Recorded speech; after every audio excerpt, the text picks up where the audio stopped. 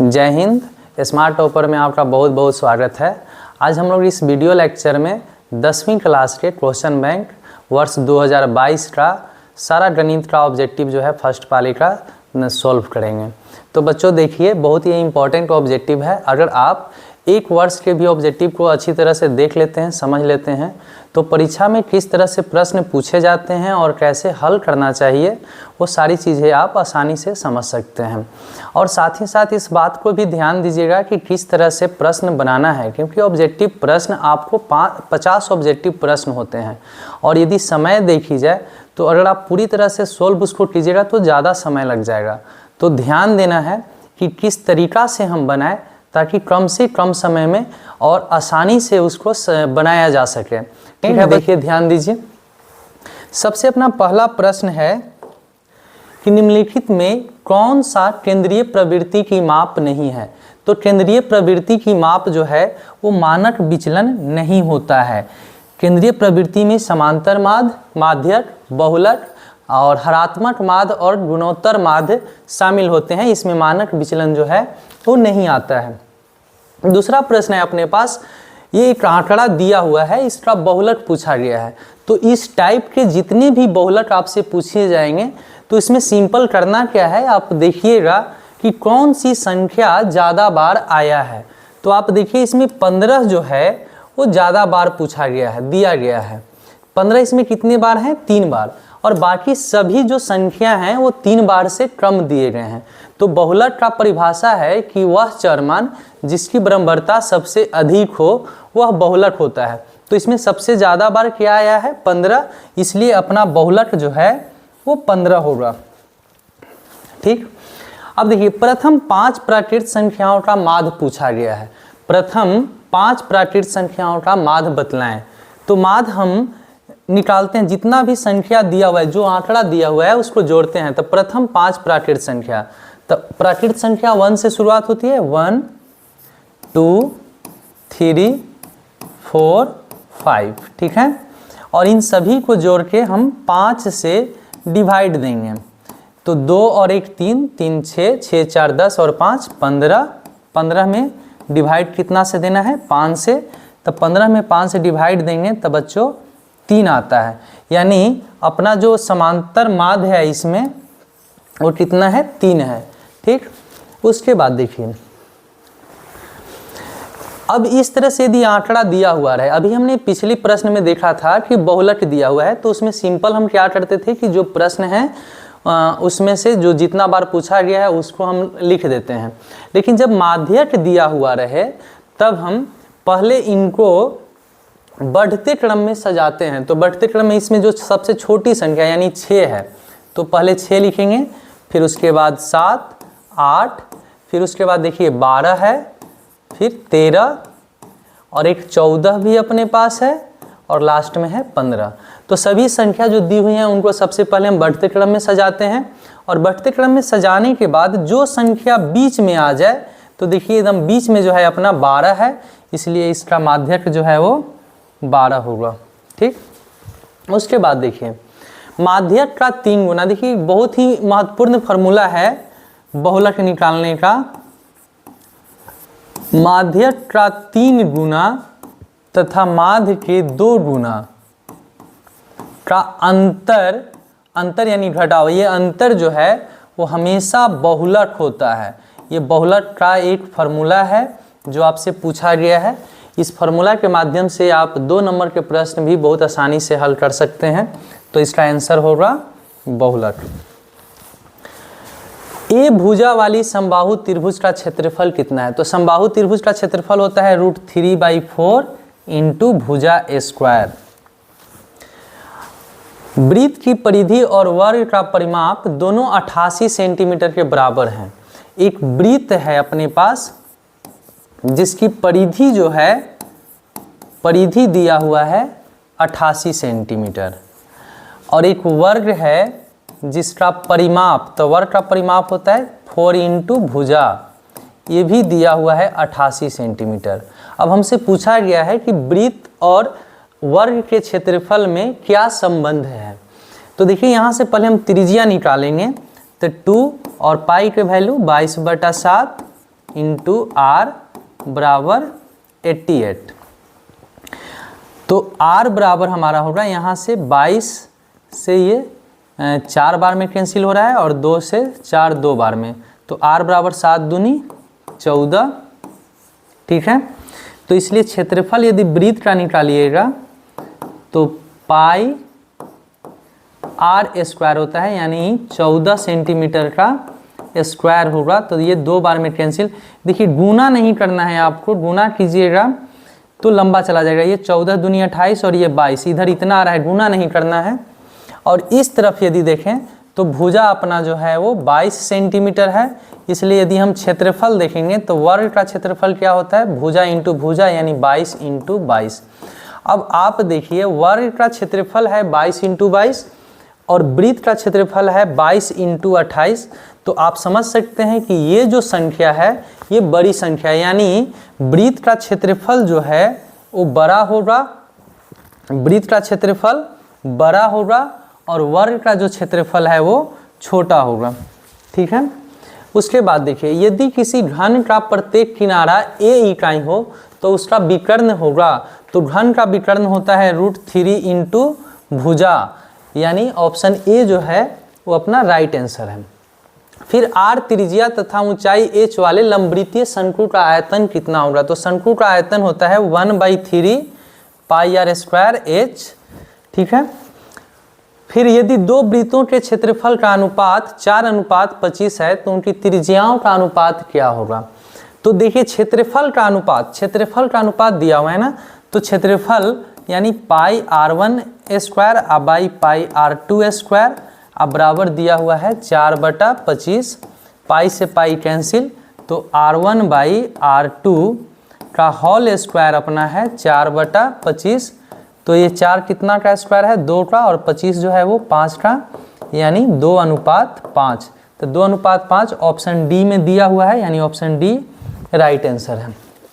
इसके बाद देखिए sine 30 by cos 30 into cot 30 का मान पूछा गया है। अब मान रखेंगे तो ये बहुत लंबा हो जाएगा, तो इसे आसान में बनाने के लिए साइन बाई कॉस होता है tan 30 और दिया हुआ है कॉट 30। और बच्चों हम लोग जानते हैं कि tan theta into cot theta बराबर हमेशा होता है 1। तो ये ऑप्शन अपना डी जो है वो राइट आंसर है। आगे देखिए 1 minus tan square 45 by 1 plus tan square 45 किनके बराबर हैं। तो 1 माइनस tan स्क्वायर 45 इनको भी हमें पूरी तरह से सोल्व नहीं करना है, बस आसान से देखकर हम समझ सकते हैं। ये 1 है और tan 45 की मान भी 1 होता है, तो 1 माइनस 1 बच्चों 0। तो किसी भी संख्या में यदि अंश 0 है तो पूरा मान जो है वो 0 के बराबर होगा। तो यहाँ पर 0 हम देखेंगे कि इन चारों ऑप्शन में से 0 किसके बराबर हैं। तो साइन 90 तो 1 होता है और साइन 0 जो है वो अपना 0 होता है। ठीक है, तो आंसर राइट आंसर जो है अपना बी ऑप्शन है। इसके बाद देखिए बिंदु 7 10 किस पाद में स्थित हैं। तो ये ध्यान दीजिएगा, जो प्रश्न में पूछा गया है ये दोनों प्लस में दिया गया है, और बच्चों दोनों प्लस जो है वो प्रथम क्वाड्रेंट में होता है। इसमें माइनस प्लस होता है, इसमें दोनों माइनस होता है, और इसमें प्लस और माइनस होता है। तो यहाँ पर जो 7 है ये भी प्लस में है और 10 जो है वो भी प्लस में है, इसलिए अपना राइट आंसर जो है वो प्रथम पाद है, यानी ए, ऑप्शन ए राइट आंसर है। आगे देखिए tan 45 अनुपात tan 60 किसके बराबर है। तो tan 45 का मान 1 अनुपात tan 60 √3, यानी राइट आंसर है 1 अनुपात √3। ठीक है, आगे देखिए एक्स अक्ष पर स्थित किसी बिंदु के निर्देशांक का रूप होगा। तो एक्स अक्ष पे हमेशा ध्यान रखिएगा, एक्स अक्ष पे y का मान 0 होता है और y अक्ष पे बच्चों x का मान 0 होता है। तो प्रश्न अपना x अक्ष पे पूछा है, तो इसमें देखिए x अक्ष पूछा गया है तो y 0 होना चाहिए। तो चारों ऑप्शन में y 0 तो अपना केवल ऑप्शन ए में है, ये वाला मान y का मान होता है और y 0 है, यानी ये x अक्ष पर ही होगा। आगे देखिए एक छड़ की लंबाई और उसकी छाया का अनुपात 1 अनुपात √3 है। तो सूर्य का उन्नयन कोण पूछ रहा है। अब ये हाइट एंड डिस्टेंस से प्रश्न पूछा गया है, बहुत आसान प्रश्न है। एक छड़ है और इसकी कुछ छाया है, सूर्य इधर रहा होगा, कहता है कि छड़ और इसकी छाया की अनुपात 1/√3 है, यानी ये 1 है तो ये √3 है, ठीक है। तो ये जो कोण है ये कोण हमसे पूछा गया है। तो ये देखिए ये P दिया हुआ है, P बराबर 1 है और ये B दिया हुआ है, B बराबर √3। तो कौन सा फॉर्मूला, tan का फॉर्मूला लगेगा।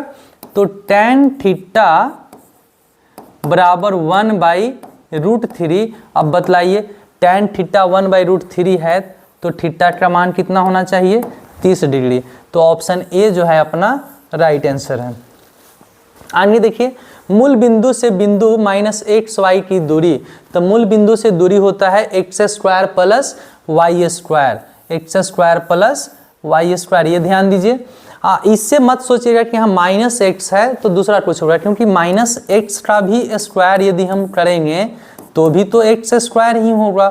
तो इसलिए मूल बिंदु से किसी भी बिंदु के बीच की दूरी हमेशा x² + y² होगा। फिर बिंदु P तथा Q के बीच की दूरी पूछा गया है।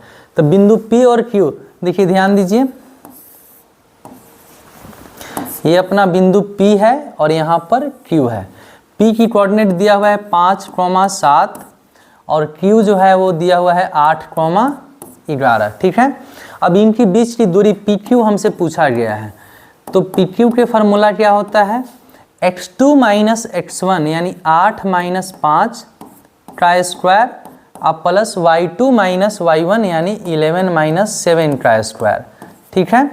तो 8 - 5 3 का स्क्वायर कितना होगा 9 और 11 - 7 4 का स्क्वायर 16। तो 16 9 25 और 25 का स्क्वायर रूट कितना होता है 5। तो बच्चों अपना राइट आंसर जो है वो ऑप्शन बी है। आगे देखिए, y बराबर 4 का आलेख निम्न में से कौन सा है। तो ये बहुत सिंपल है, y बराबर 4 विकल्प हैं, इसमें y के मान 4 केवल बी ऑप्शन में है। देखिए y बराबर 4 यहाँ पर है। मूल बिंदु के निर्देशांक 0 0, कितना आसान प्रश्न पूछा गया है। निम्नलिखित में से कौन सी सबसे छोटी प्राकृत संख्या है। तो प्राकृत संख्या बच्चों n से सूचित किया जाता है और प्राकृत संख्या 1 से शुरू होती है, 1 2 3 4 ... इन्फिनाइट की ओर जाती है। तो सबसे छोटी जो प्राकृत संख्या है वो हमारा 1 है। निम्नलिखित में कौन सी परिमेय संख्या है। तो परिमेय संख्या जिसका पूरा वर्गमूल निकल जाए। तो ये देखिए 25 जो है इसका वर्गमूल कितना होता है बच्चों 5, और बाकी सब देखिएगा तो सभी अपरिमेय हैं। तो अपना राइट आंसर जो है वो ऑप्शन ए है। निम्नलिखित में कौन सी अपरिमेय संख्या है। अब इस बार अपरिमेय संख्या पूछा गया है। तो ये देखिए ये जो है वो परिमेय संख्या है, क्योंकि ये 1.3 पर रैंकिंग है, इसको P/Q के फॉर्म में लिखा जा सकता है। और ये जो 16 है ये भी इसका स्क्वायर रूट 4 होता है। यहाँ पर देखिएगा तो 9 का स्क्वायर रूट 3 अब 27 तो है ही, ये भी परिमेय संख्या है। लेकिन बच्चों एक अपरिमेय संख्या और एक परिमेय संख्या का गुणनफल हमेशा अपरिमेय होती है, इसलिए अपना राइट आंसर ऑप्शन डी है। आगे देखिए, यदि P और Q दो अभाज्य संख्याएं हैं तो उनका मसा, देखिए ये याद करने वाला है, दो अभाज्य संख्या का मसा हमेशा 1 होता है। जैसे यदि आपसे पूछा जाए कि 3 तथा 5 का मसा बतलाइए, 3 तथा 5 का HCF बतलाएं, तो कुछ नहीं करना है, दोनों अभाज्य संख्या है इसलिए मसा हमेशा 1 होगा, ऐसे ही हम लिख देंगे। यदि हमसे पूछा जाए कि 11 तथा 17 का HCF बतलाएं, तो ये दोनों भी अभाज्य संख्या है, इसलिए इसका मसा जो है वो कितना होगा 1 होगा। हाँ, अब पूछा गया है 0.1313 किसके बराबर है। तो ये बच्चों ये आंसर जो है आपका ऑप्शन सी है, लेकिन इसको ध्यान से देखिए क्योंकि ये अभी ऑब्जेक्टिव में दिया गया है कई बार ये शॉर्ट प्रश्न में भी पूछे गए हैं 2 नंबर के लिए। तो ये बनाया कैसे जाता है इसको ध्यान दीजिए। जो प्रश्न दिया हुआ है यानी 0.1313 डॉट डॉट, इसको हम मान लेंगे, माना कि इतना बराबर x और ये इक्वेशन फर्स्ट। और इसमें कितने डिजिट रिपीट कर रहे हैं? 2 डिजिट जो है, देखिए 2 डिजिट अपना रिपीट कर रहा है। तो 2 डिजिट रिपीट कर रहा है तो हम 100 से गुना करेंगे, यानी दोनों तरफ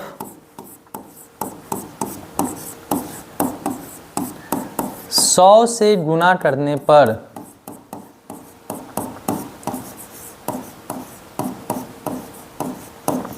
तो 100 से गुना करेंगे तो ये दशमलव हमारा यहाँ पे आ जाएगा। तो LHS जो है वो होगा 13.1313 डॉट डॉट, और इसमें 100 से गुना करेंगे तो ये हो जाएगा 100x, ये इक्वेशन 2 मान लेंगे। ठीक है, अब लिखेंगे समीकरण 2 माइनस समीकरण 1 से। ठीक है, तो LHS को LHS से घटाएंगे,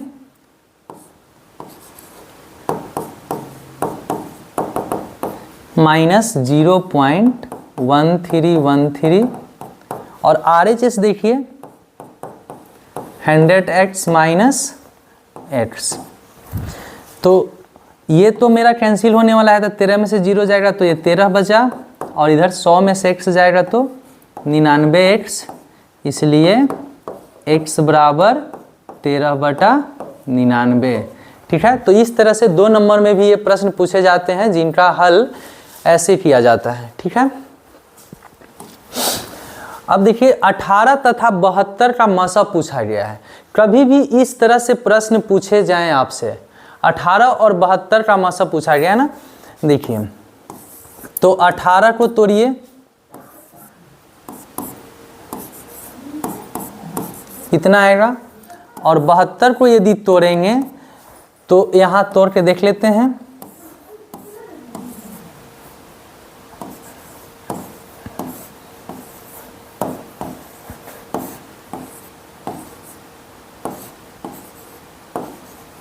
तो कितना आ रहा है? 2 की क्यूब है इंटू 3 का स्क्वायर है। ठीक,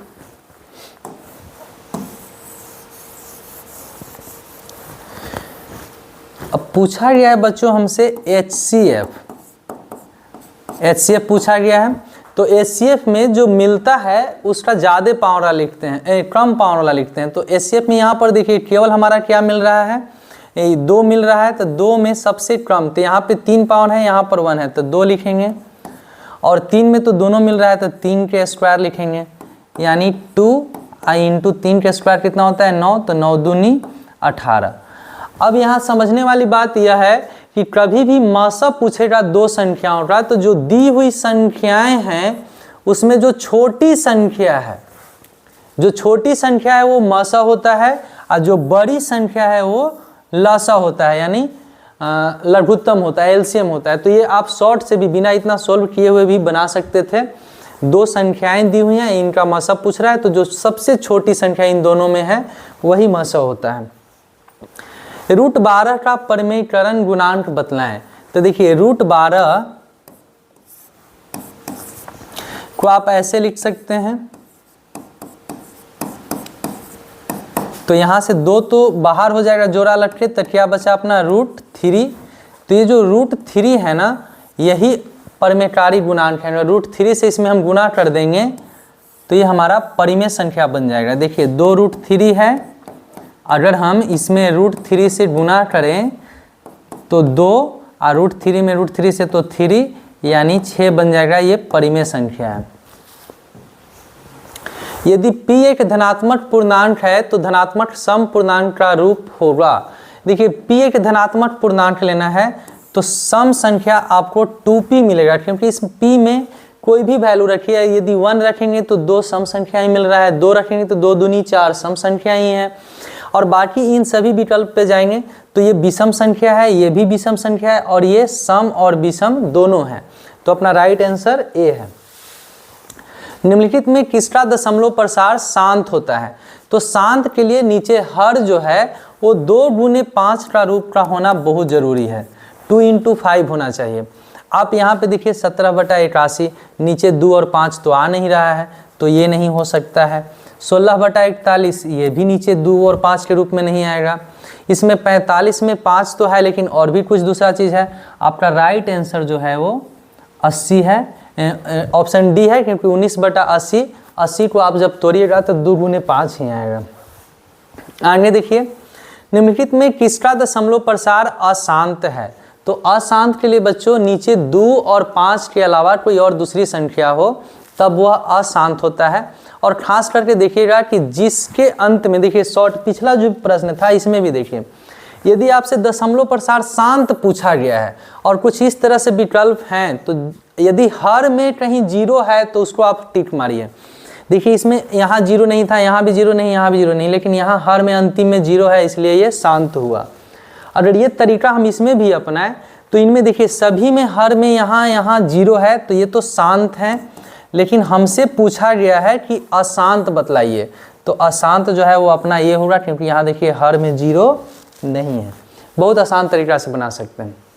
यदि थीटा तथा फाई पूरक कोण हो, हाँ अब यहाँ पर भी देखिए अगर इस तरह से प्रश्न पूछे जाते हैं तो ये दोनों जो है ना कभी बराबर नहीं हो सकता है।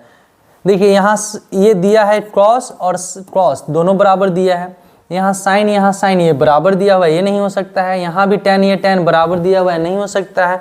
अपना राइट आंसर जो है वो ऑप्शन बी है, सेक थीटा बराबर क्रॉसेक फाई। ठीक है। Sine square 75 plus sine square 15 का मान कितना होता है? तो इसको यदि हम बदलेंगे तो जो साइन स्क्वायर 15 अपना है इसको ऐसे लिखा जा सकता है, साइन स्क्वायर 90 माइनस 75, और साइन 90 माइनस थीटा कितना होता है? Cross square theta. तब देखिए ये साइन स्क्वायर 75 अब प्लस क्रॉस स्क्वायर 75 बराबर कितना होता है? 1। तो अपना राइट आंसर है 1। 1 प्लस tan स्क्वायर थीटा तो फॉर्मूला ही है sec square theta.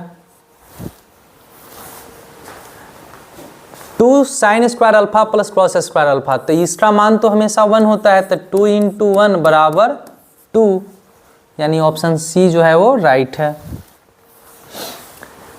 5 cosec square theta minus 5 cot square theta का मान पूछा गया। ये दोनों में 5 यदि हम कॉमन ले लेंगे तो अपने पास बचेगा cosec square theta minus cot square theta, और इसका मान बच्चों 1 होता है, तो 5 into 1 बराबर 5।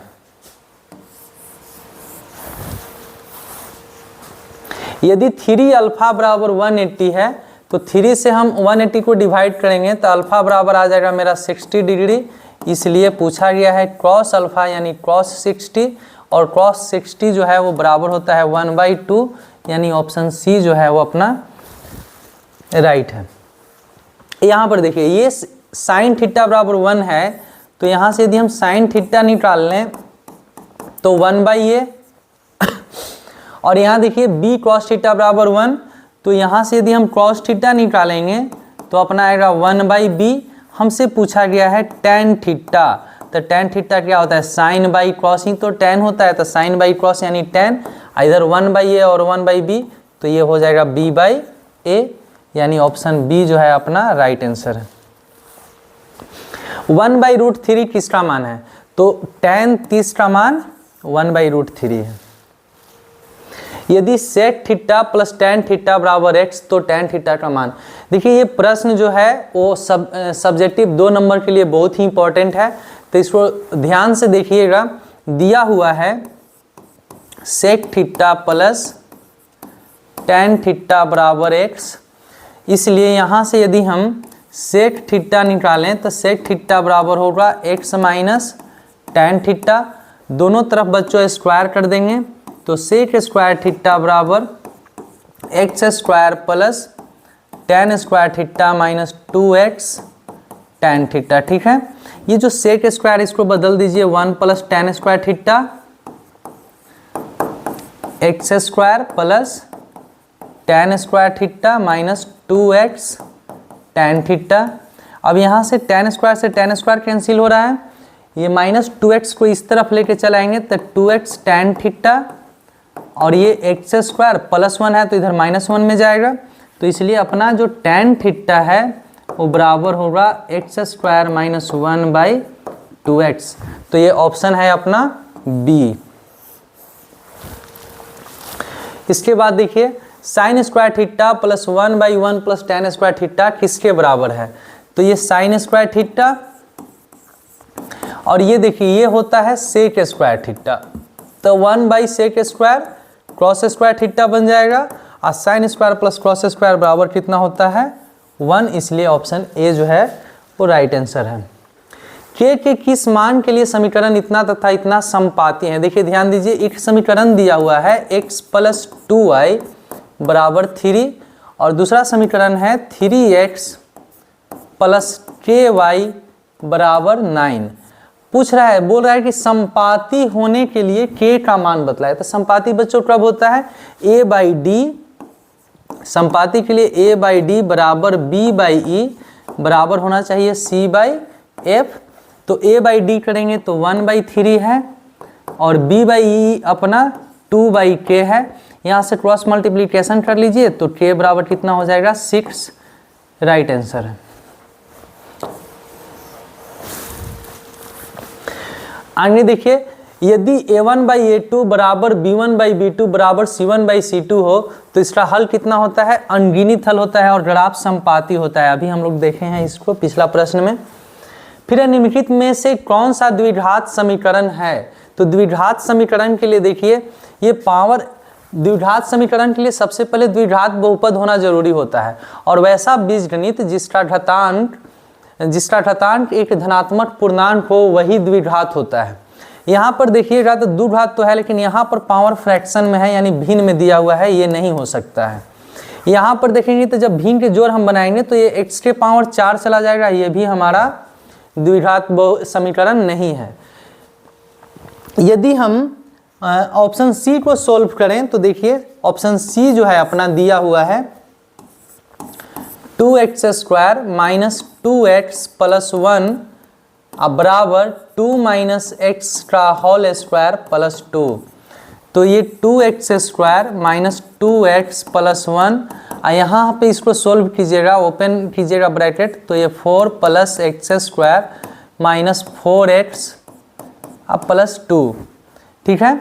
x स्क्वायर को इधर लेके चले आइए, तो 2x स्क्वायर में से x स्क्वायर माइनस होगा तो बचेगा x स्क्वायर, और फिर ये 4x इधर आएगा तो प्लस में 2x बच जाएगा, और 2 इधर आएगा, 4 2 6 है तो इधर आएगा तो ये माइनस में 5 हो जाएगा, ठीक है, बराबर 0। तो ये देखिए इसकी घात कितना बच रहा है, अपना घात जो है इसका 2 है, इसलिए ये द्विघातीय समीकरण है, ठीक है। डी अगर देखिएगा तो यहाँ ये x के पावर 4 इसको बना देगा, तो ये 4 घातीय समीकरण हो जाएगा, ना कि द्विघातीय समीकरण। निम्नलिखित में कौन सा द्विघात समीकरण नहीं है, तो द्विघात समीकरण अब नहीं है वो हमें पहचानना है। देखिए ये इधर x स्क्वायर तो प्लस में जाएगा तो यहाँ बचेगा 2x स्क्वायर, तो ये तो द्विघात समीकरण है, पूछा गया है कि नहीं है। फिर अगर हम ये ऑप्शन फर्स्ट देखेंगे तो फर्स्ट ऑप्शन भी अपने पास देखिए, यहाँ पे ये x स्क्वायर और यहाँ भी x स्क्वायर है, ये 3x स्क्वायर ये भी है नहीं है, ये हमसे पूछा गया है। ये प्रश्न जो है देखिए यहाँ पर इधर है आपका 4 घात और इधर है 3 घात, तो ये 4 घातीय है, न कि द्विघातीय समीकरण, इसलिए राइट आंसर अपना डी है। यदि द्विघात समीकरण 2x स्क्वायर - px + p = 0 का मूल समान हो तो p का मान पूछ रहा है। तो बच्चों देखो अपना दिया हुआ है जो बहुपद है p ऑफ x, वह दिया हुआ है 2x स्क्वायर - 5x + p = 0। अब मूल समान होने के लिए पूछ रहा है, तो मूल समान होने का शर्त होता है, मूल समान होने का शर्त, मूल समान होने का शर्त क्या है बच्चों, देखिए मूल समान होने के लिए d जो है वो 0 होना चाहिए, और डी की फार्मूला क्या होता है, बी स्क्वायर माइनस 4ac बराबर 0। बी की वैल्यू कितना दिया हुआ है, माइनस पी, तो माइनस पी का होल स्क्वायर और माइनस 4, ए की वैल्यू दिया हुआ है 2 और सी की वैल्यू दिया हुआ है पी बराबर 0। तो ये माइनस पी स्क्वायर का स्क्वायर पी स्क्वायर हो जाएगा, माइनस 4 दूनी 8p बराबर 0। और यदि यहाँ से हम p कॉमन ले लें तो p माइनस 8 बराबर 0। तो यहाँ से बच्चों आप देख सकते हैं कि या तो p बराबर 0 होना चाहिए और नहीं तो फिर p माइनस 8 बराबर 0 होना चाहिए। तो यहाँ से p का मान अपना 8 आ रहा है। तो यदि p 0 या 8 दोनों ही स्थिति में ये जो समीकरण है इसका मूल समान होगा। तो जो ऑप्शन सी है अपना वो दिया हुआ है कि 0 तथा 8 दोनों होगा, तो ये राइट आंसर है। ठीक है।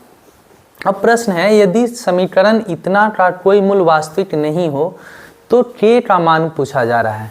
तो बच्चों देखिए दिया हुआ है एक्स स्क्वायर माइनस के एक्स प्लस 4 बराबर 0। कह रहा है कि मूल वास्तविक नहीं होना चाहिए। तो मूल वास्तविक नहीं होने के लिए d जो है वो 0 से छोटा होना चाहिए, यानी माइनस में जाना चाहिए। और d की फार्मूला क्या होता है, d की फार्मूला होता है बी स्क्वायर माइनस 4ac और ये लेस देन होना चाहिए 0। तो b की वैल्यू कितना है बच्चों, माइनस के स्क्वायर माइनस 4 और a की वैल्यू 1 है और c की वैल्यू जो है वो 4 है। ठीक है, इज लेस देन इक्वल 0। तो ये के स्क्वायर और माइनस 4 चौकोट कितना होगा 16 लेस देन 0। तो के स्क्वायर जो है वो मेरा 16 से छोटा होना चाहिए। तो के की जो वैल्यू है वो हमारा प्लस माइनस 4 से छोटा होना चाहिए। इसका मतलब है कि के जो है वो माइनस 4 से तो बड़ा होना चाहिए लेकिन 4 से छोटा होना चाहिए। तो जो ऑप्शन अपना सी है वो राइट आंसर है। ठीक है। अब कहिएगा कि सर ऐसा क्यों किए हैं, तो देखिए इनइक्वालिटीज के साइन है, ये जो है वो असमीका है। इनइक्वालिटीज ऐसे देखिए, ध्यान दीजिएगा, अगर हमारे पास हम बोलें आपसे कि ये 2 है और ये 4, इसमें बड़ा कौन है, तो बड़ा अपना जो है वो 4 है। स्टेटमेंट एकदम सही है। लेकिन जैसे ही माइनस से दोनों तरफ गुना होती है और अब हम आपसे पूछें कि बच्चों ये बतलाओ ये स्टेटमेंट क्या सही है, तो नहीं, ये स्टेटमेंट जो है वो गलत है, क्योंकि -2 जो है वो बड़ा है और -4 जो है वो छोटा है। ठीक है। तो असमीका में जब यानी दोनों तरफ माइनस से गुना होती है तो उस स्थिति में असमीका अपनी बिहेवियर को बदलती है, यानी जो बड़ा रहता है वो छोटा हो जाता है और जो छोटा है वो बड़ा हो जाता है। इसीलिए यहाँ के के साथ ऐसा हुआ। आगे देखिए, हमारे पास समीकरण दिया हुआ है, समीकरण दिया हुआ है x square minus 3√3x minus 12। आइए बराबर कितना है, 0 है। ठीक है। तो हमसे पूछा है अल्फा प्लस बीटा माइनस √3 का मान। तो अल्फा प्लस बीटा कितना होता है, -b/a माइनस √3।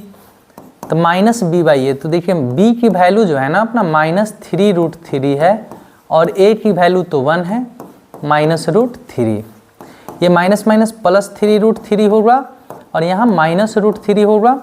तो 3√3 में से √3 जाएगा तो 2√3 अपना आंसर है, यानी आंसर सी जो है वो राइट आंसर है। आगे देखिए, समांतर श्रेणी का 14वां पद हमसे पूछा जा रहा है। तो यानी T14 अपने से पूछा गया। तो T14 की फार्मूला क्या होना चाहिए, a + 13d। ठीक है, जितना यहाँ पूछा जाता है उससे एक क्रम हम लोग लेते हैं।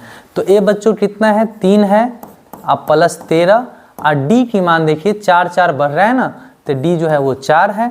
तो 3 अब +13 चौको 52, तो 52 और 3 कितना हो जाता है 55, यानी अपना आंसर बी जो है वो सही जवाब है। ठीक है। इसके बाद देखिए निम्नलिखित में कौन सा समांतर श्रेणी में है। तो समांतर श्रेणी के लिए जो है वो अंतर समान समान होना चाहिए। तो ये देखिए यहाँ जो है ये पद से इस पद में आने में -2 की वृद्धि हुआ है। -2 की जो है वो वृद्धि हुआ है, क्योंकि -8 में हम -2 घटाएंगे, माफ कीजिएगा, -8 में यदि हम +2 जोड़ेंगे तो -6 होगा, फिर +2 जोड़ेंगे तो यानी ये 2 जो है ना वो बढ़ते जा रहा है। तो ये जो पद है हमारा वो एपी में है। आप यहाँ पर देखिएगा तो पहले जो है, पहले 2 पदों के बीच का अंतर 10 है और फिर जो है वो 3 है, तो बराबर बराबर तो नहीं बढ़ रहा है, तो ये एपी में नहीं है, ये भी एपी में नहीं है, ये भी एपी में नहीं है। तो अपना जो पहला ऑप्शन है वो एपी में है। ठीक है, समांतर श्रेणी का nवां पद पूछ रहा है। देखिए दिया हुआ है a बराबर दिया हुआ है 16 और d बराबर दिया हुआ है कितना कितना घट रहा है, तो 16 से घटा यानी t2 माइनस t1 करेंगे हम तो अपने पास आने वाला है -5। ठीक है, अब पूछा है nवां पद यानी tn पूछा है, तो tn की फार्मूला होता है a plus n-1 into D. ठीक है, तो a कितना दिया हुआ है, a दिया हुआ है 16 प्लस n-1, तो n तो दिया हुआ नहीं है तो n-1 ही लिखेंगे और d की मान कितना है -5। ठीक है, तो ये 16 अब प्लस माइनस -5n और माइनस माइनस +5, तो 16 और 5 कितना हो जाएगा 21 यानी 21 माइनस 5n। 21 माइनस 5n अपना ऑप्शन बी में है, इसलिए ऑप्शन बी जो है इसका सही जवाब है। y अक्ष पर सभी बिंदुओं का भुज होता है। देखिए पिछले भी प्रश्न में हमने बतलाया है कि y अक्ष पर x का मान 0 होता है और भुज का मतलब ही होता है x अक्ष। भुज का मतलब क्या होता है x अक्ष, तो y अक्ष पर x अक्ष का मान कितना होना चाहिए 0। ठीक है, और यदि x अक्ष पे पूछता तो y का मान 0 होता। समांतर श्रेणी इतना का सर्वांतर यानी d अपने से पूछा है, d पूछा है, तो d बराबर क्या होता है बच्चों t2 माइनस t1, तो t2 यानी दूसरा पद देखिए कितना है 1/8 और माइनस t1 यानी पहला पद कितना है 0, तो 1/8 में से 0 जाएगा तो कितना बचेगा 1/8 यानी ऑप्शन ए जो है अपना सही जवाब है। ठीक है, यदि समांतर श्रेणी का सामान्य पद इतना है, देखिए दिया हुआ है इसमें tn दिया हुआ है, tn बराबर दिया हुआ है 5n माइनस 7, तो इसका प्रथम पद कितना होगा, यानी हमसे पूछा गया है कि t1 का मान बतलाएं, तो t1 5 इंटू 1 माइनस 7 यानी 5 माइनस 7, तो 5 में से 7 जाएगा तो कितना बचेगा -2, यानी ऑप्शन डी जो है अपना वो सही जवाब है। आगे देखिए बिंदु ए और बी को मिलाने वाली रेखाखंड के मध्य बिंदु का निर्देशांक बतलाएं। देखिए मध्य बिंदु का निर्देशांक जो है वो x1 प्लस x2 बटा 2 होता है और y1 प्लस y2 बटा 2 होता है। तो ये देखिए 0 और -12, तो -12 बटा 2, और ये देखिए -8 और 0 तो -8 बटा 2, तो ये कितना आएगा -6 और ये आएगा अपना -4, तो -6 -4 जो है वो ऑप्शन बी है, ये अपना राइट आंसर है। ठीक है, आगे देखिए यदि त्रिभुज ABC के शीर्षों के निर्देशांक इतना दिया हुआ है तो त्रिभुज के केंद्रक, ये फॉर्मूला है याद रखना है, त्रिभुज के केंद्रक का निर्देशांक x1 plus x2 plus x3 बटा 3 तथा y1 plus y2 plus y3 बटा 3 होता है। ठीक है, यदि बिंदु P, Q और R संरेख हो तो K का मान बतलाएं। देखिए दिया हुआ है कि बिंदु P, Q, R संरेख हैं, तो संरेख का मतलब होता है कि एक ही लाइन में तीनों बिंदु होना चाहिए, यानी P भी है, Q भी है और R भी है। तो जब तीनों एक ही बिंदु में है तो उस स्थिति में जो त्रिभुज का क्षेत्रफल है, जो त्रिभुज का क्षेत्रफल है अपना वो क्या होना चाहिए, त्रिभुज का क्षेत्रफल जो है वो 0 होना चाहिए। तो त्रिभुज के क्षेत्रफल के फॉर्मूला होता है बच्चों 1/2 into x1 into y2 minus y3 plus x2 into y3 minus y1 और plus x3 into y1 minus y2। ठीक है, और ये किसके बराबर होना चाहिए 0 के बराबर होना चाहिए। तो आप देखिए ये जो है अपना 2,3 दिया हुआ है, ये दिया हुआ है 4,k और ये दिया हुआ है 6,-3। ठीक है, तो जो अपना x1 है, ये 2 तो इधर चला जाएगा तो 0 होगा, कोई दिक्कत है नहीं। तो x1 तो अपना 2 है, तो y2 माइनस y3, तो k माइनस 3 यानी k प्लस 3 हो जाएगा ये।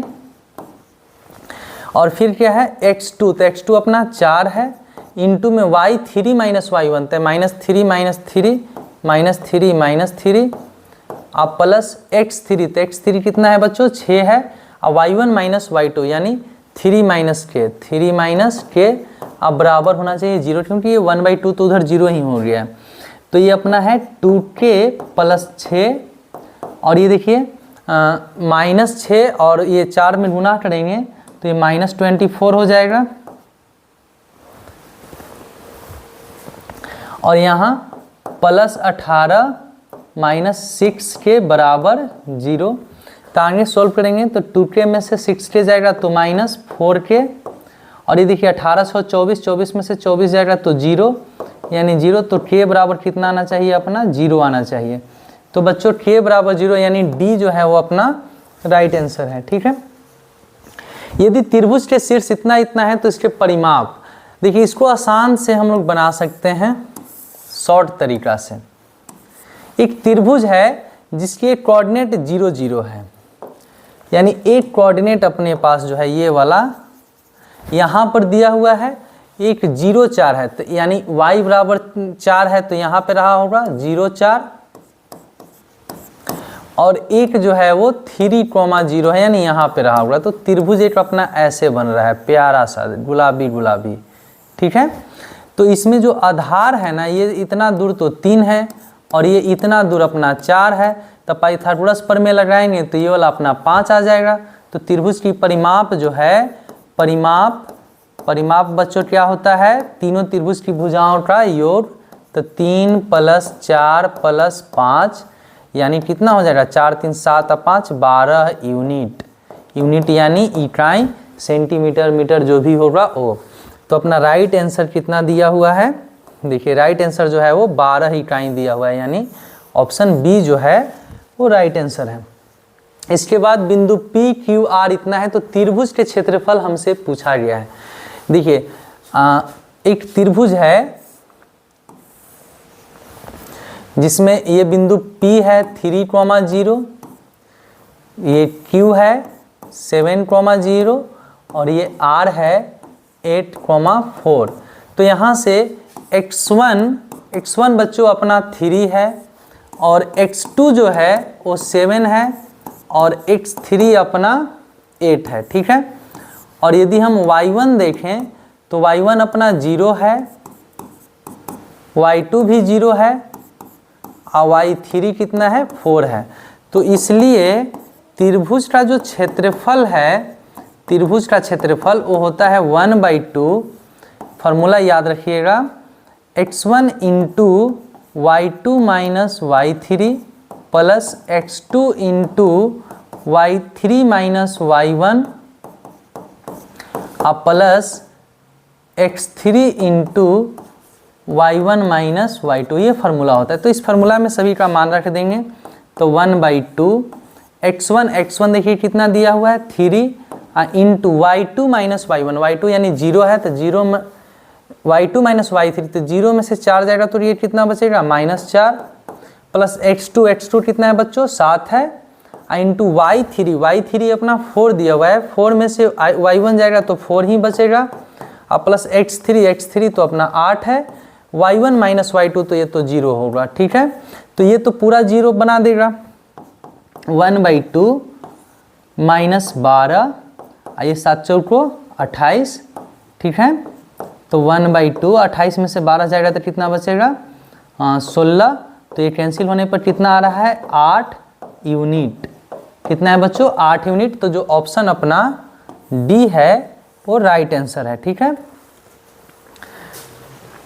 आगे देखिए त्रिभुज के तीनों कोणों का माप का योगफल, तो ये तो बहुत आसान है, तीनों कोण का योग का मान कितना होता है 180 डिग्री। ठीक है, त्रिभुज PQR में PQ बराबर PR है। देखिए ध्यान दीजिए,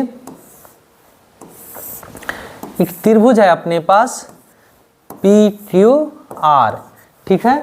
अब इस त्रिभुज में कह रहा है कि पी क्यू जो है वो पी आर के बराबर है और एंगल क्यू जो है वो 40 डिग्री है। तो चूंकि पी क्यू और पी आर बराबर है तो ये दोनों एंगल भी बराबर होगा। तो ये एंगल ये अपना कितना बचा, अभी तो पिछला प्रश्न में देखे हैं ना कि त्रिभुज के तीनों कोणों का योग 180 होता है, तो 40-40 तो ये लेकर बैठा है, तो इसका मान कितना आना चाहिए अपने पास 100 डिग्री। यानी ऑप्शन डी जो है वो राइट आंसर है।